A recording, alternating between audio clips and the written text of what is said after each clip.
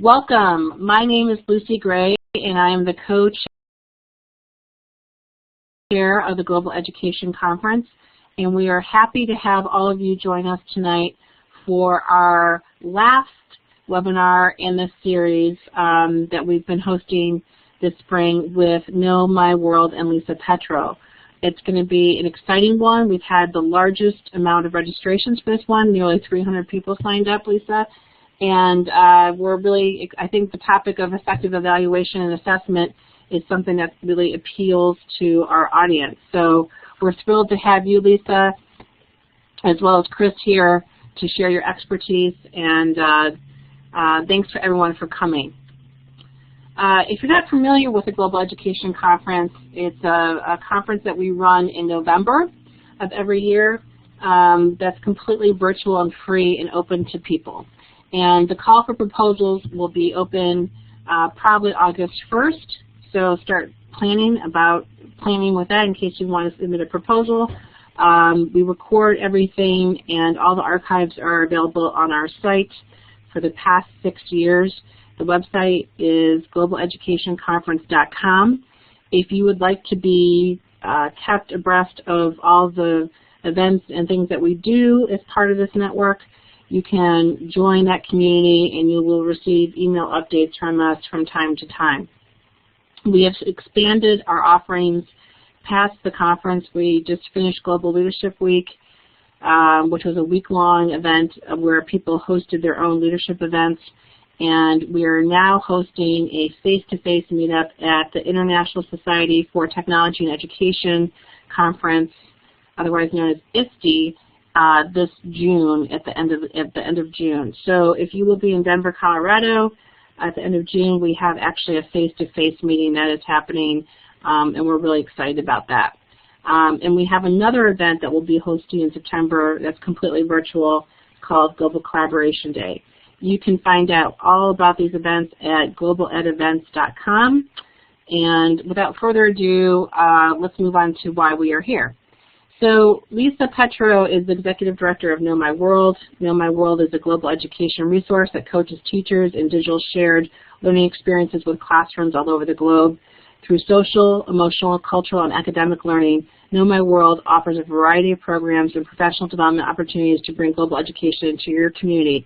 We encourage you to visit their site at knowmyworld.org for further information. And we also want to spend some time thanking our sponsors, including Know My World, TES, BIF, International Education, Google for Education, the Global Education Conference, Learning Revolution, Edmodo, and The Wonderment. We encourage you to visit all of these sites in order to learn more about how these organizations are empowering teachers to connect globally. Before I turn this over to Lisa, we would like to turn on the whiteboard permissions for you, and we are going to let you, let me find the right icon. You're going to click on the arrow, or not, right below the arrow to the left hand of this map, you'll see a set of tools. There's an arrow and like kind of a star tool. Click on the star tool and then click where you are in this map. I'm in Northbrook, Illinois, which is just outside of Chicago in the Midwestern part of the United States. So I put my star kind of by Lake Michigan there. And also in the chat, can you introduce yourselves and tell us where you are and what temperature it is? I'm in Northbrook, Illinois, where it is evening and it's about probably 75 degrees out. Which I don't know what that translates in Celsius, but it's pretty warm here. It's spring transitioning into summer. So it looks like we've got lots of United States participation. We've got a couple other people in Australia. Let us know where you are. We've got Canada, North Carolina, Virginia. This is great. It's the start of winter in Australia. That's great. And we've got lots of, it looks like we've got a lot of Canadians. We've got Maha from Egypt. Wonderful. Okay. So I'll let you guys click on here and keep introducing yourselves. We're glad to have so many people from all over the world join us tonight. Please help us keep these events going by spreading the word to your colleagues, particularly in other parts of the world. We really want to reach other communities outside the United States in particular. So without further ado, I'm going to turn this over to Lisa. And Chris, thank you so much for coming, and you can take it from here. Thanks, Thanks, Lisa. Lucy. It's great to be here in the end cap of our series, Global Education.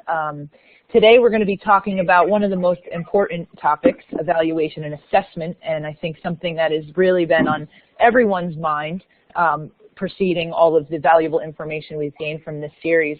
We're really blessed tonight to have our guest, Chris Cartwright, from the Intercultural Communication Institute in Portland, Oregon. Chris is the director of intercultural assessment there and truly an expert.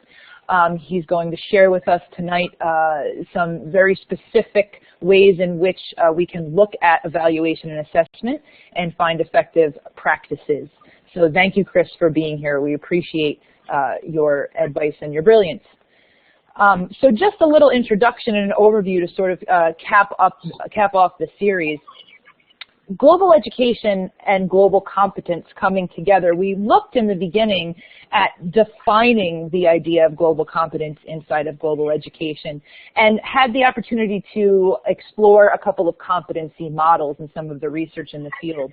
We then moved forward in looking at how that goes into action and the kinds of examples that practitioners are using inside of a variety of learning environments, institutions and classrooms, community organizations, just to name a few. We then talked about some of those challenges that we face in integrating global education into learning communities. And we also were able to get a wide perspective all the way from policy to curriculum. And then last time we met last month, we spoke about collaboration and that being the very embodiment of global competence, our ability to interface and interact and collaborate with those who are culturally different from ourselves. So this week, having said all of that, we're looking at the ways we can evaluate the kinds of evidence we produce in these practices, and we can make some fair assessments to support students in their growth. So why evaluate and assess? Well, we've spoken about three definitions around global competency or cultural competency as sort of our goal structure, what we're looking to attain when working with students inside of global competence. So we want to create students who are able to think, act, and feel in ways that are respectful of diversity. We want them to be effective and appropriate in their communication and behaviors within intercultural situations, and we also want them to develop knowledge and skills to investigate the world, weigh perspectives, communicate ideas, and take action. So in looking to reach these goals, we need to create guideposts, milestones, that ensure that we are creating effective practices. Looking at the field of research that has supported us in identifying these sorts of models and milestones, just reminding you that there are over 20 definitions of cultural, intercultural, cross-cultural, global competence in the world, 50 years of research that have backed up these competency areas, and actually over 140 assessments currently in the world. So when we're thinking about why we assess, why we evaluate global competency, we can take note of some major contributions. We have the Hawk and Breslin's Intercultural Sensitivity Inventory. We also have Bennett, Hammer, and Wiseman's Developmental Model of Intercultural Sensitivity. We have Byram's Intercultural Communication Competence, Darla Deardorff's process model focusing on internal and external outcomes, Bill Hunter's Global Competence Model, and of course Mendendahl and Odu's Intercultural Adaptation Model, which is something that Chris is going to talk more detailed about tonight. But these, I really encourage you as practitioners and as academics to investigate these contributions to the field as the foundation for why we are able to talk about evaluation and assessment. So what is actually being assessed when we talk about global competency?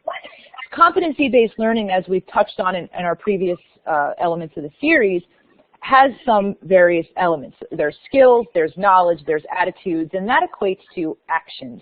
So some of these responses in each of these areas were from a variety of contributors all over the world that have talked about what they're seeking inside of these areas for their students. So things like critical thinking, assessing cultural awareness, our ability to understand the world, the kinds of attitudes that we exhibit interculturally, respect, compassion, and of course, what is the impact? What are those actions that we're applying the skills, knowledge, and attitudes towards? So things like equality and equity, social justice, global citizenship, and diversity.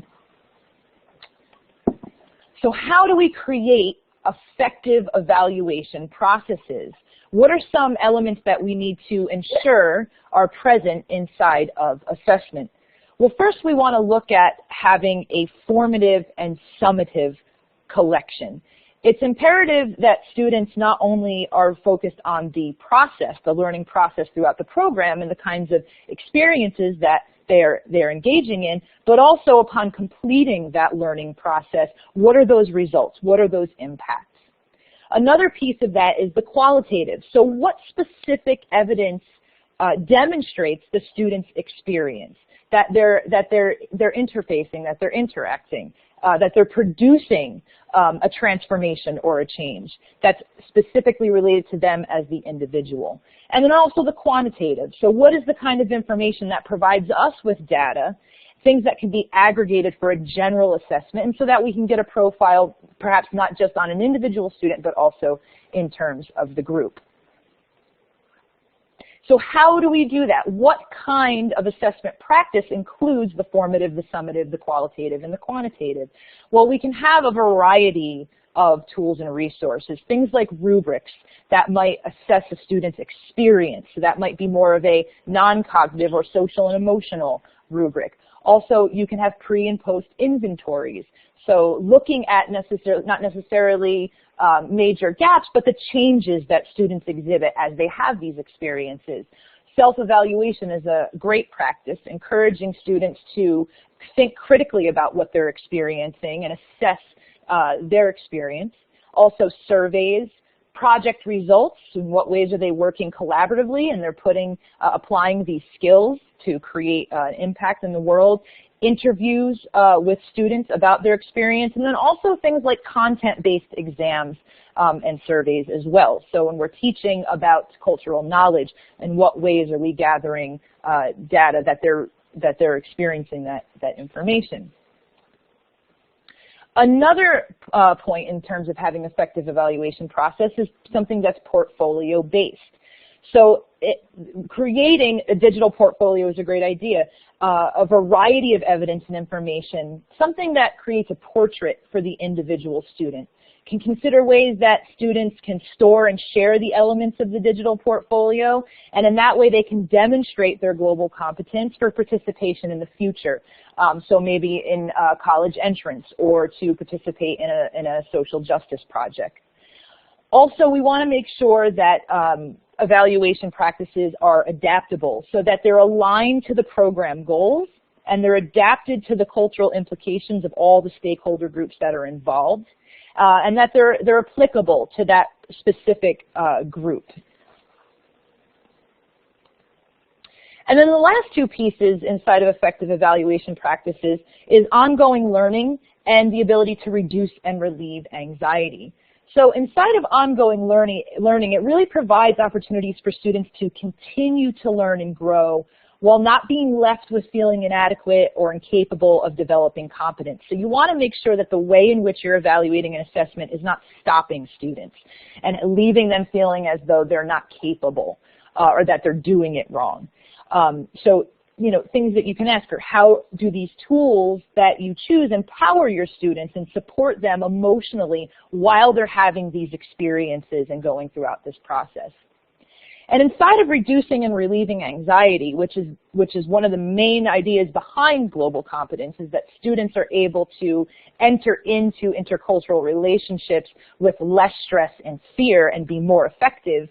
We want to clearly notify the participants that, you know, cultural competence is a lifelong learning process. There's no one perfect measurement. encouraging students to not see assessment and evaluation as testing.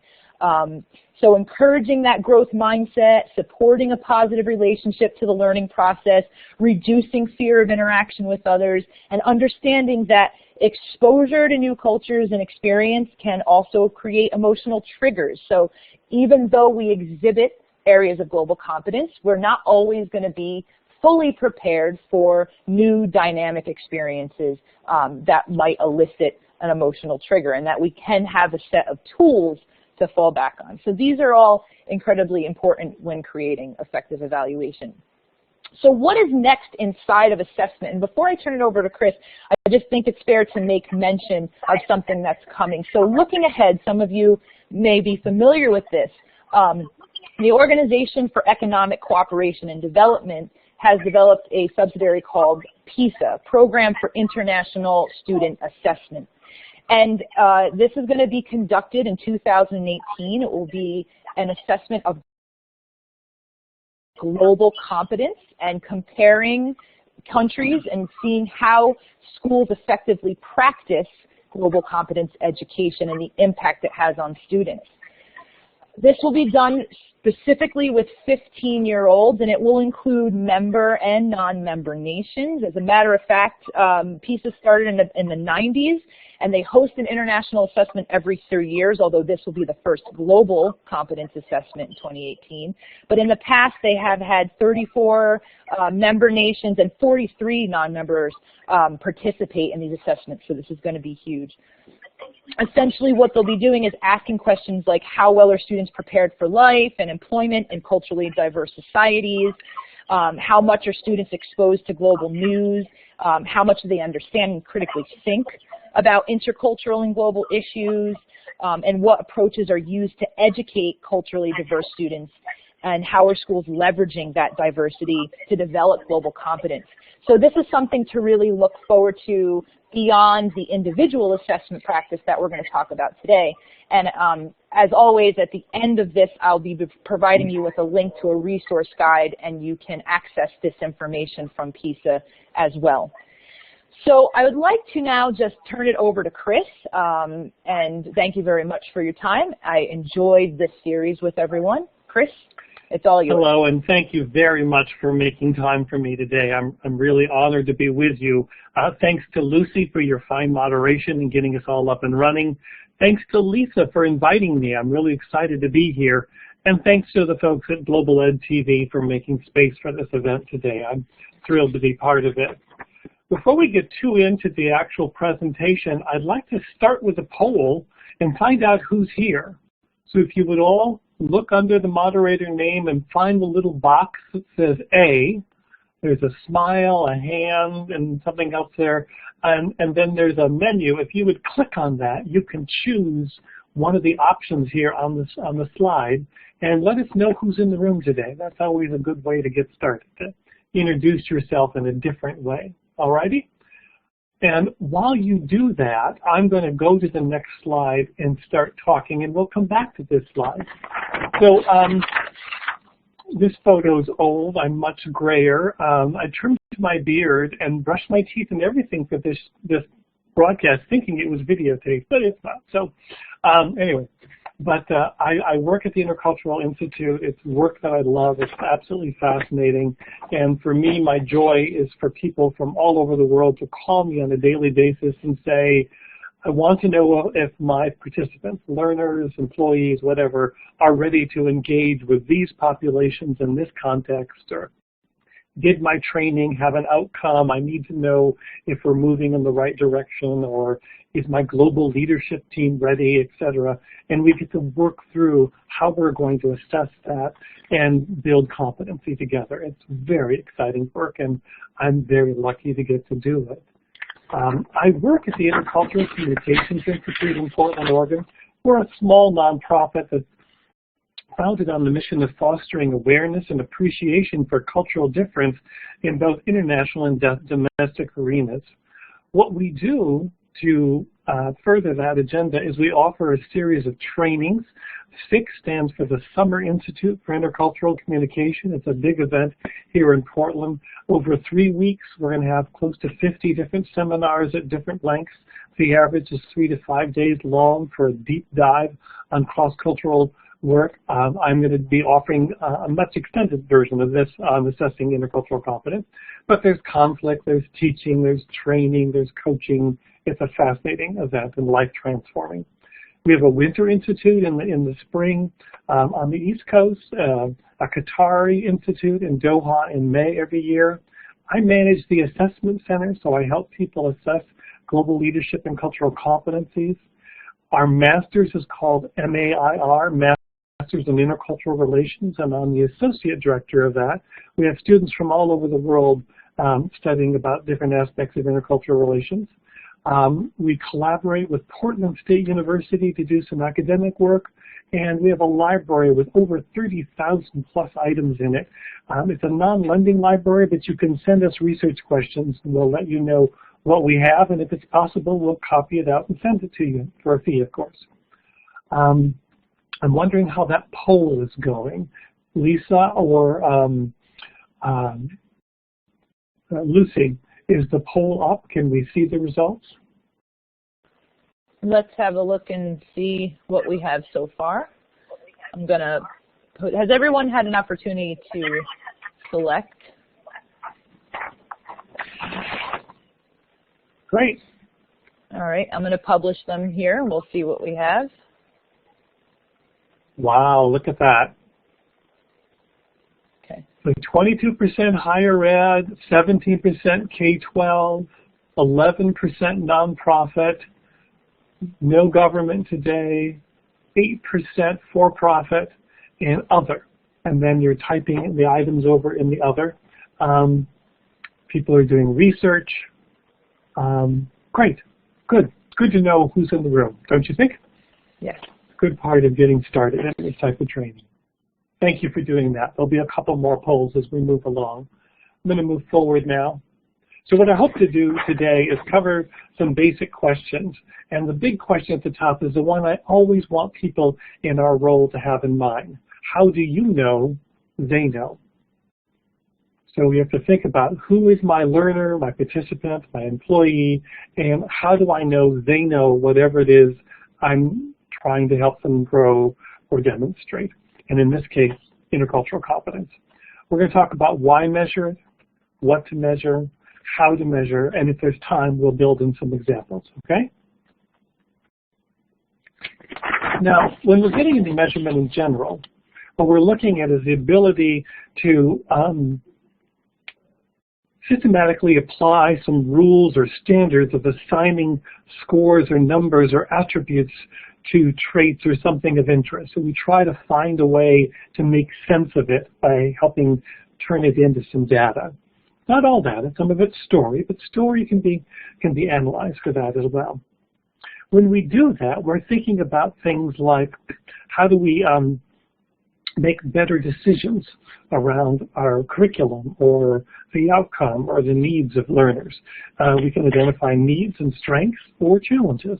We can protect ourselves against bias by having good data that is worked out better.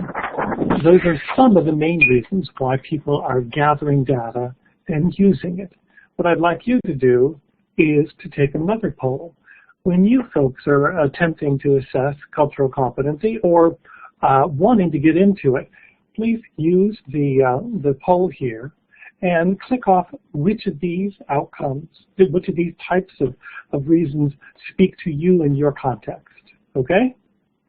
So go ahead and start on that, and I will move forward and we'll come back in a minute, okay?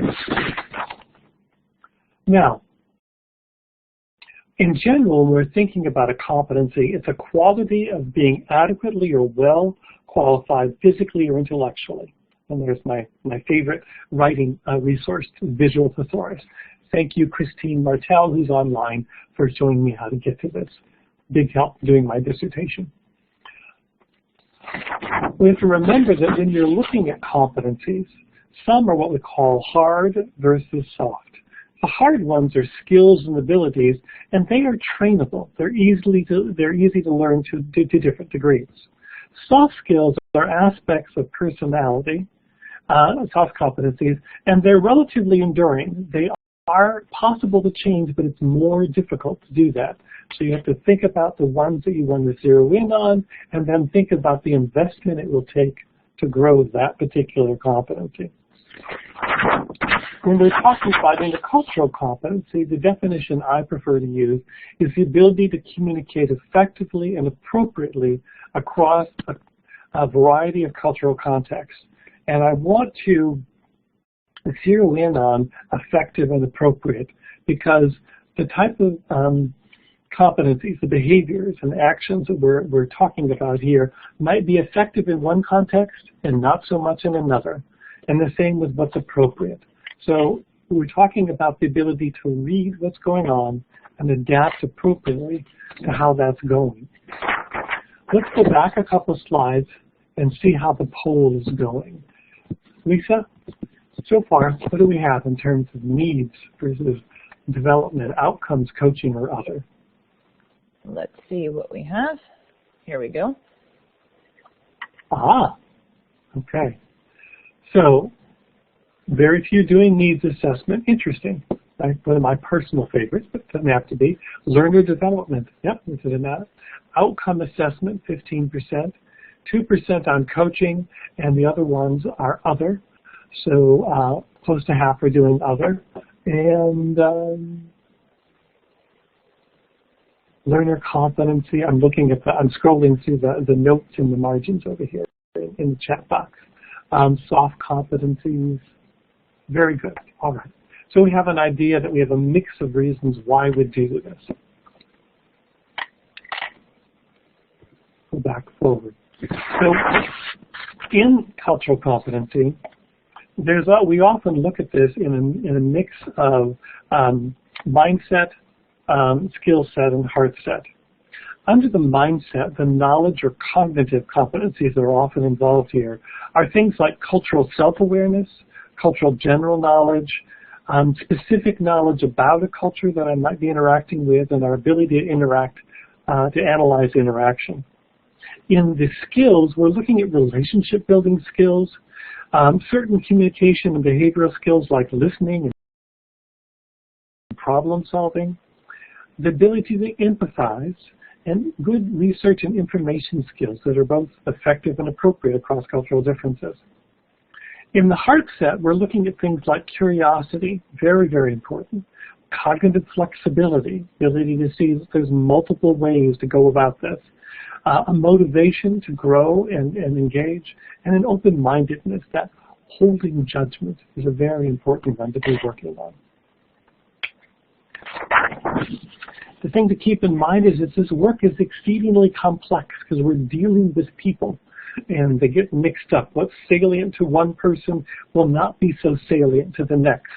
So we have to help them understand what it is that we're looking to measure and helping them articulate as best they can what it is that we're observing and how it could be improved if need be. I often use children's books when I'm describing cultural competency and the ability to engage across difference. And this is one of my favorite. This author, Leo Leone, has great illustrations and it really works well. So in Fish is Fish, there is a tadpole and a minnow who live together in a pond. And they're just wonderful friends and buddies. They play tag in and around the rocks and the seaweed, and they look at the sun rays and the shade, and just have a wonderful time playing together when they're young.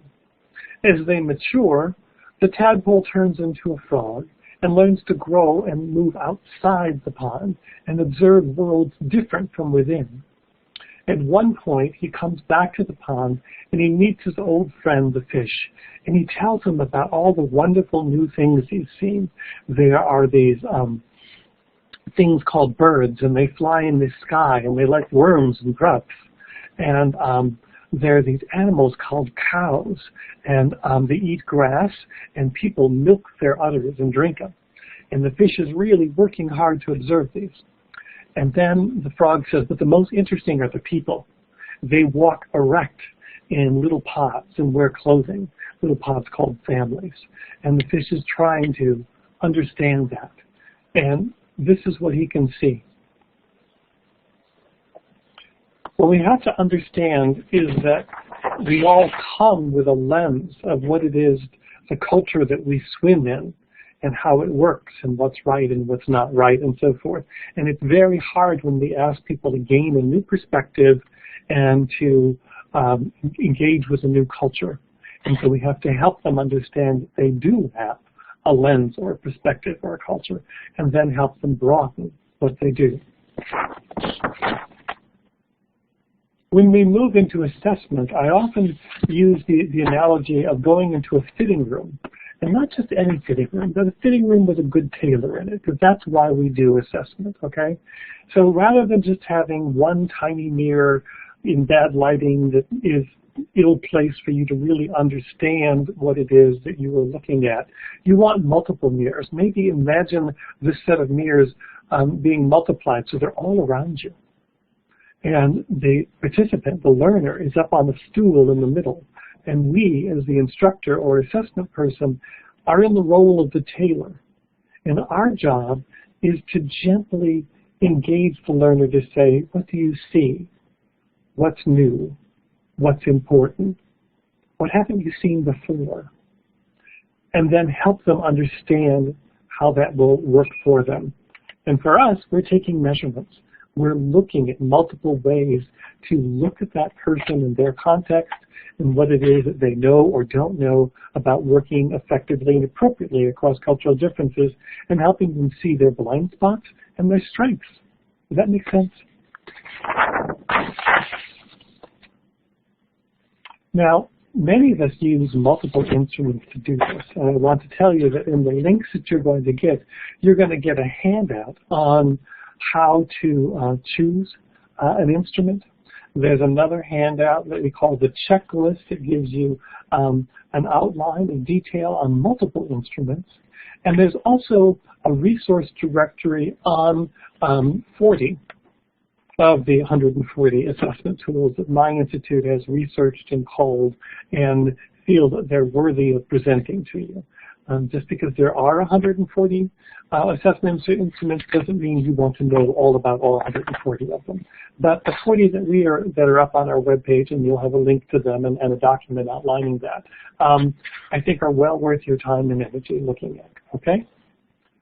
And we have another assessment poll, the last one of the learning. Many of you are already assessing cultural competency as we speak. What I'd like you to do is to choose any of the ones that are up here, or if it's other, write it in the box off to the right. And if you're not assessing, that's good too. But let's get an idea what types of tools you are currently using. While you do that, I'll move forward and talk about a few of my favorites, all right? Now, the Kozai model is a one by Odu and Mendenhall called the Intercultural Adaptation model, and it works on looking at how people are effective cross-cultural. And what they did is the team looked at global executives who had been transferred around the world to do leadership work in different contexts, some corporate, some government, some nonprofit, but the idea is the people who succeeded, which is actually a very rare bird. And what they found is that they needed multiple things to be successful. They needed what they call technical knowledge. I'll use a metaphor on car building because I'm originally from the Detroit area. So if you're a Ford Motor executive from Detroit and I'm about to move you to Sao Paulo in Brazil, you better have technical knowledge of how cars are built. Good engineering skills, okay? You also need operational knowledge. You need to know how to organize people and systems to get things done.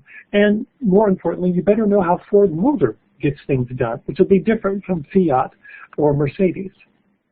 But those two things don't in and of themselves create success. The things that created success were the personal cultural competencies. So they studied those in more depth. And they found that people who are successful with this work They have cultural competencies that fall into 3 areas.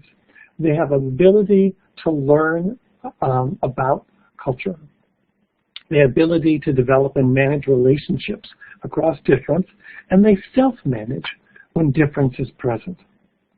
They've developed a couple of tools to measure that work, and they're really quite interesting, the IES and the GCI.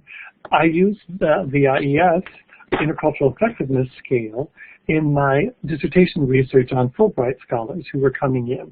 And I had some scholars, I used it as a training tool, but also as a needs assessment. As an example, I had one group that came to me, and they were very low on curiosity. They just did not seem to walk or stretch themselves to understand about why culture was important to their work.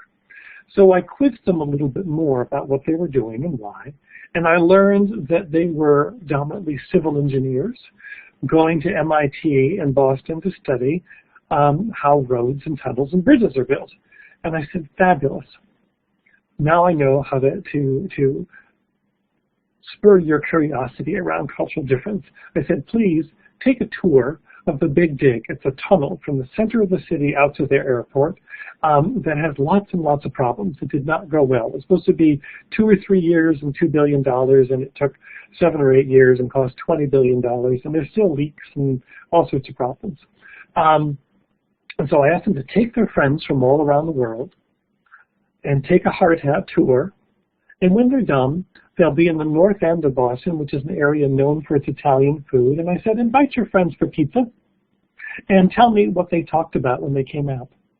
And they started reporting about people feeling superstitious about being underground, or people who felt that in their country their king might behead people who made those many mistakes, or that transparency in bidding and building public works is a bad idea because you need a fixer on the side with books and bribes to better facilitate that work.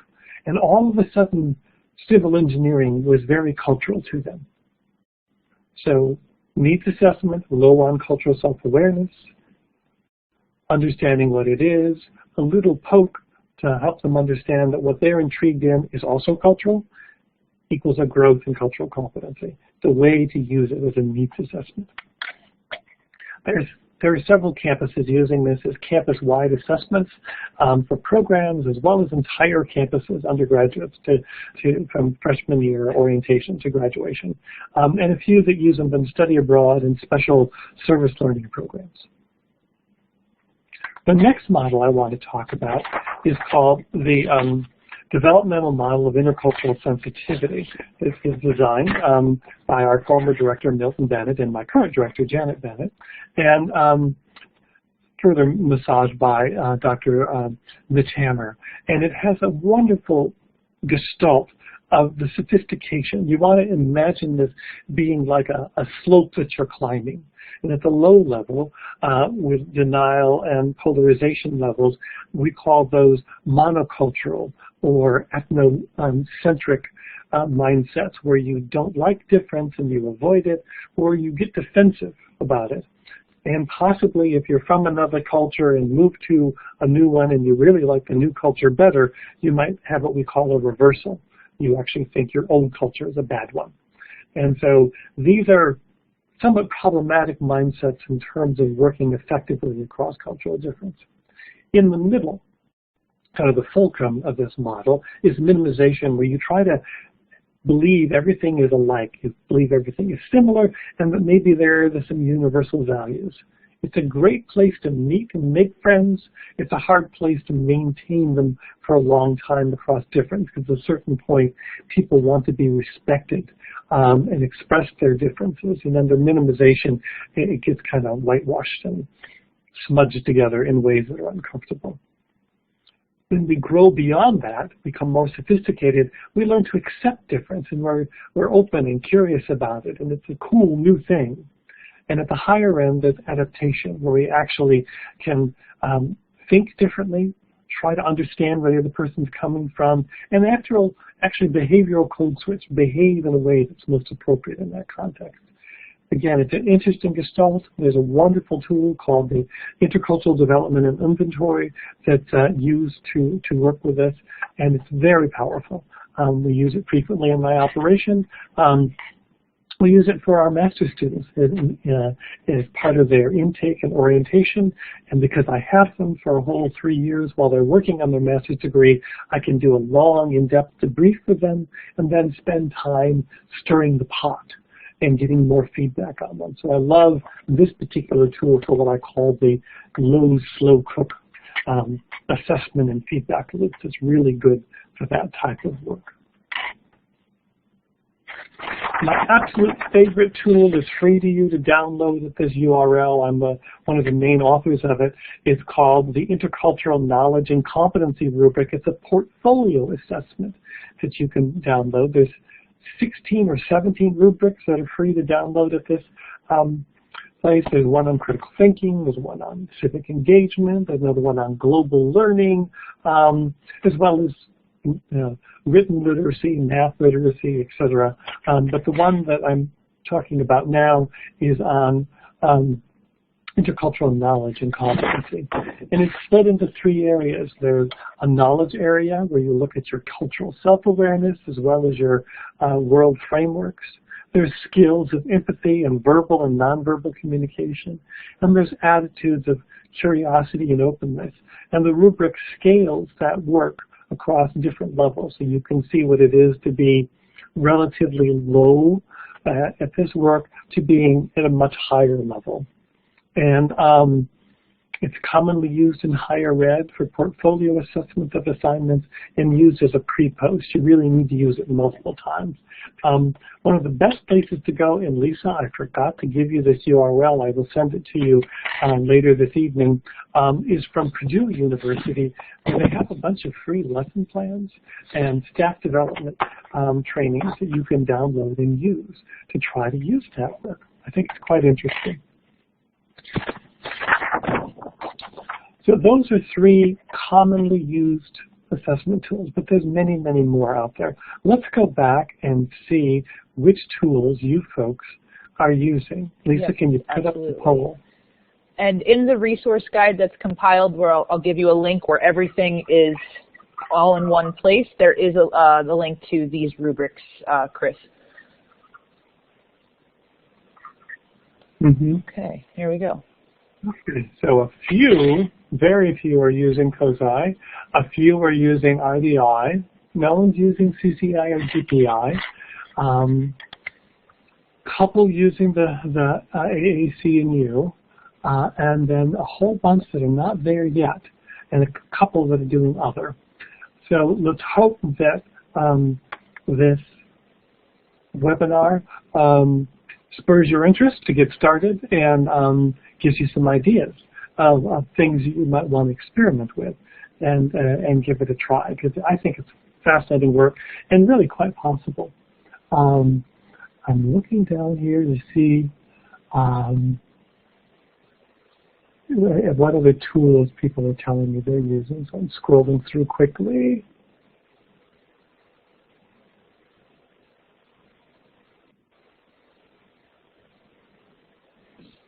Chris, could you just mention once again that Purdue, so that they can Google the link for that?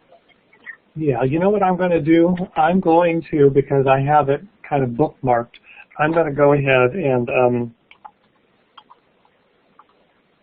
I am going to cut and paste the URL in, because I have it. And that way you folks can just download it. It's a toolkit that's free for you to use, and put together by a wonderful man, and Charles, and I just blanked out his last name, but he's fabulous. You will like working with him and seeing his stuff. So there you go. There's the URL for that one. Thanks, Chris. Okay, so that's an overview of what we do. Of some tools that you might consider using and some ways that we might do this work. What I want to say is that there's lots of ways to do this. One of the things you're going to get as a handout is a 3-day workshop that I'm co-leading with Mike Stevens on assessing cultural competency during the Summer Institute. That'll be lots of fun. We're actually going to give you a chance to take 3 or 4 different instruments and actually look at individual small group class and then large group like an entire agency or classroom or university sets of data to have an idea how you might work with that. There are also lots of international ed. I know many people online look at international ed workshops, and I have a handout on that. And I should also mention that there's a big assessment institute at IUPUI, Indiana University, Purdue University in Indianapolis every October, and I'm a regular presenter there. In fact, I'll be doing a half-day pre-conference on assessing cultural competency for that conference, so that's another good opportunity to dig in and do that. What I'm interested in, yes, Charles Callahan, thank you for remembering that name for us, from Purdue. What I'd like to do now is turn this over to you and let you ask your questions. Feel free to unmute yourself if that's kosher or type them into the box over here. And Lisa and I would love to hear what questions are bubbling up for you about assessing cultural competency, why you would do it, how you might do it, etc.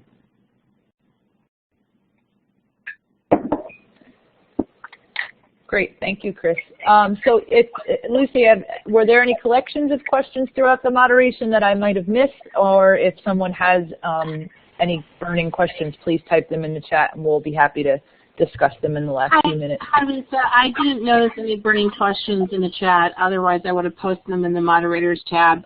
We can also give everybody the mic privileges, and if they want to raise their hand by clicking on the hand icon, then we can call on people in order, and they can take the mic and ask their question too, if they want to do that. Okay, there's a couple that just popped up, so we can start with Terry maybe asking, are you doing assessment following global project interaction or in general? Okay, so I think that's a great question, yeah. Project interaction. So Terry, give me more context. Unmute yourself and give me more context on what is a global project interaction. I may or may not be doing something like it. I just don't know the term. Okay, this is Terry speaking. Can you hear me now? Hi, Terry. Hi there. Yeah, what I meant was, I'm involved in quite a few global projects where I have different students at different levels interacting, doing various things. And so what I was asking you was, when you are doing an assessment, have the people you're assessing, have they been involved globally? Have they been doing something globally? Or are you just picking people out of say, the university world or the school world or whatever world and finding out where they are right now? That's really what I was asking. Does that make sense? Okay, good. Perfect, and I get it. So yes, it's a myriad of things. Dominantly, it's used in the types of assessments that I'm working with. People are wanting to either send a group of people somewhere, and they're assessing pre-post or preparation is a needs assessment, or they're receiving people from around the world. And there are people doing international projects. So there are people with sites, and at one point I was a director of an international service learning agency, and we had 12 sites. And we had an assessment plan to see that we were growing cultural competency in 12 different sites simultaneously. And so I know many people who do that on a regular basis. But the thing to keep in mind is, particularly in the U.S. context, is that cultural competency does not require a plane ticket to grow. There are lots of ways to engage cultural difference right here in your hometown, in your own school building or agency. And so we often work with different agencies and campuses and schools to look at the differences that are present now, or could be easily visited with a short ride on a car or a bus, so that people can learn to engage difference. The research has shown that you can grow it quicker with more depth of engagement, more immersion. But depending on where you're from, I mean, I remember sending people to a Native American reservation in the Dakotas, and having people do that, as well as visit a site in Jamaica, and they told me that they felt more cultural disconnect in North Dakota than they did in Jamaica. So there's lots of ways to engage difference without boarding a plane. But yes, the overall answer is yes, we do both. Other questions? They're coming through too quickly for my bifocals to catch. So Lucy or Lisa tell me what's the next question? Sure. There's another great question here that Peggy posed. Does it really matter if you use the commercial assessment tools or your own self-created assessments? And actually, before I share that with you, Chris, I just want to point out about the formative and the summative and the qualitative and quantitative that we talked about in the beginning, that really in order to have an effective evaluation process, and something I use in my own consulting work, is to use an aggregate of assessment practices. And so maybe in conjunction with using one of those commercial indexes or inventories, also looking for other ways that you can gather evidence to create a broad scope of that student's experience, and not just your individual students, but also your learning community. So I would say that it's less about either or and more about the aggregate that you're employing in order to gain that evaluation and assessment. Yeah. And Chris, your thoughts on that? Yeah, I would add that I like assessment plans that are well balanced and have both quantitative and qualitative measures, because we're looking at people and they're complex. And so just using an individual scored instrument is usually an incomplete score. But in answer to Peggy's question, what you need to consider is the construct of bias.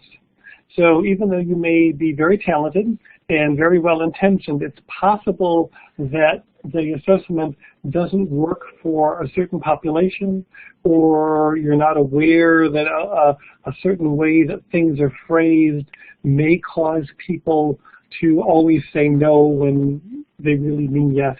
It's an art form. And so it's not that you shouldn't do that. I actually like, my personal work is to look at portfolio work. And I encourage people to say, what is it that I really want my people to demonstrate? And the thing I like about the AAC and U rubric is that you can download it in Word and edit it. And so you can see a framework, a scaling of a rubric. And then I encourage you to add and subtract rows that have more meaning to you.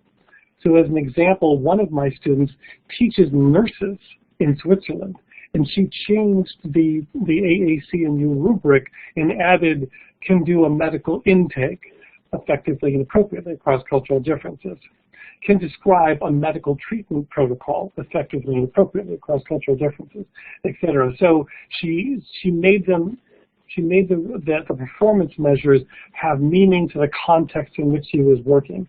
And I encourage you and everyone here to really look at that rubric critically and to edit it. Take it in Word and make it your own. It's good. It's a well-written tool. 18 of us spent 2 years, tested it on 100 campuses. I like it a lot, but it's not perfect, okay?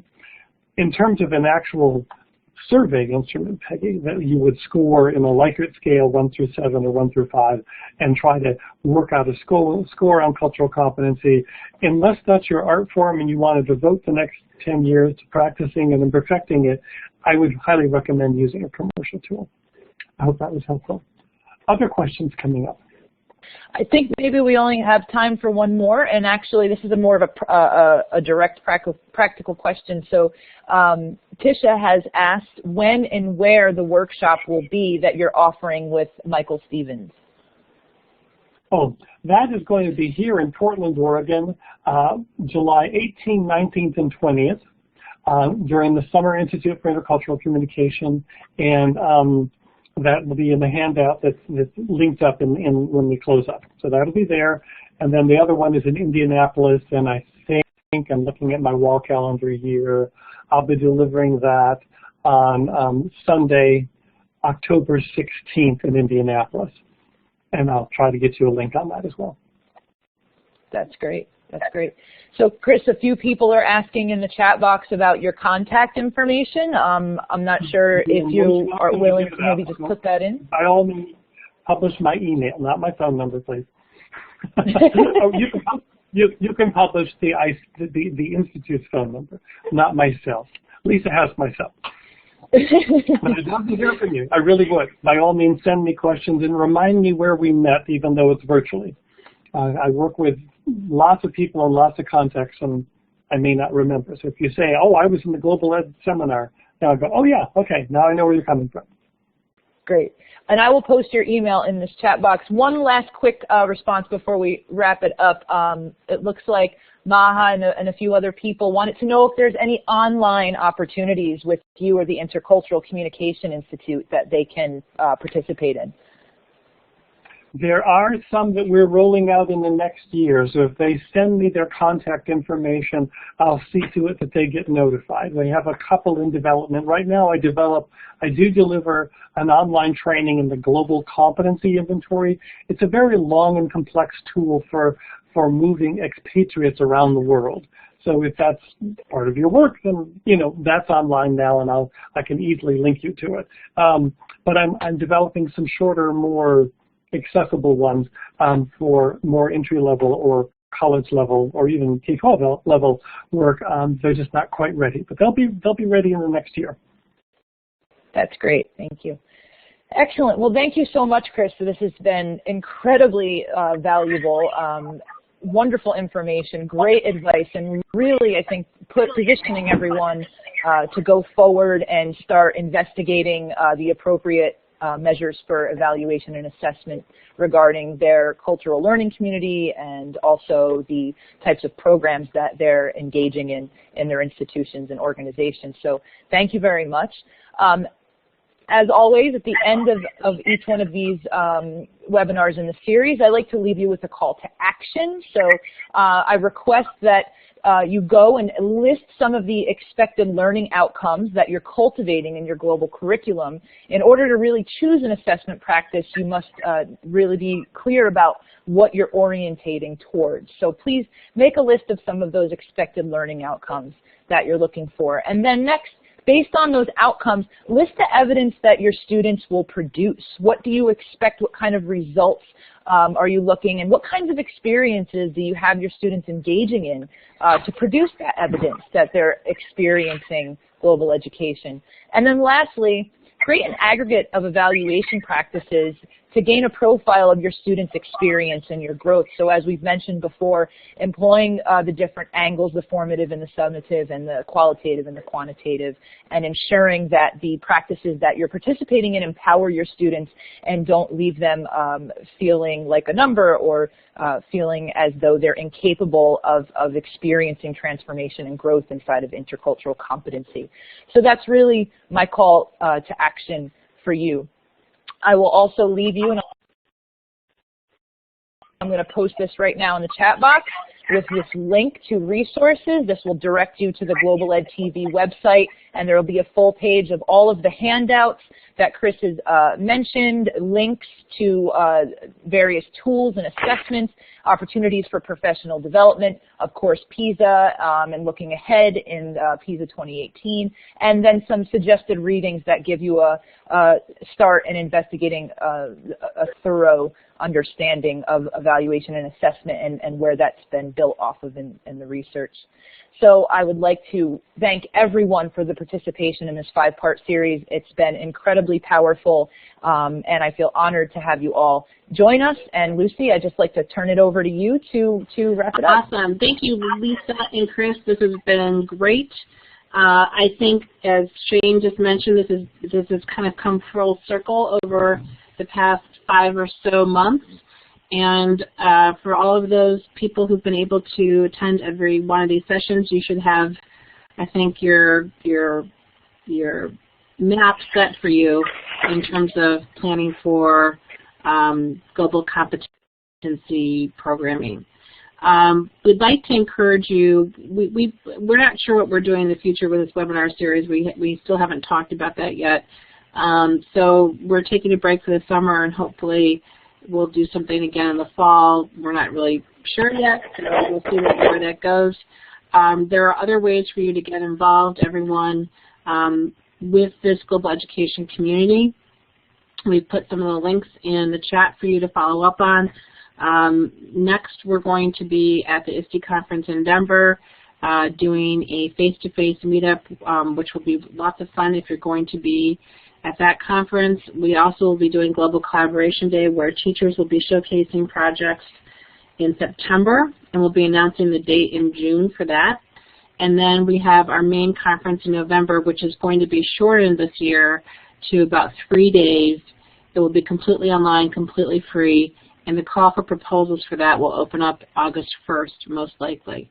So if you want to know more, please feel free to follow up with Lisa and Know My World and Chris as well, or contact me through the Global Education Conference Network. You guys have been great, and let's keep the conversations going around this, because it's important that we elevate these conversations so that other people understand the value and the importance of developing globally competent students. I think that's been our goal this year, has been really to kind of increase more awareness with this, and I think this is an effort that will be required by many organizations in order to, at least here in the United States, to help people understand why this is important. So anyway, thanks a lot for coming, everyone, and we'll send the recording to you in the next couple days when Steve gets it uploaded into YouTube, and you'll be able to take a look at all of the videos in a playlist on YouTube as well, and I'll post the link after we stop recording as well to that. Thanks again, Lisa and Chris. Have a good evening, everyone, and we'll talk to you soon. Bye-bye. Thank you much.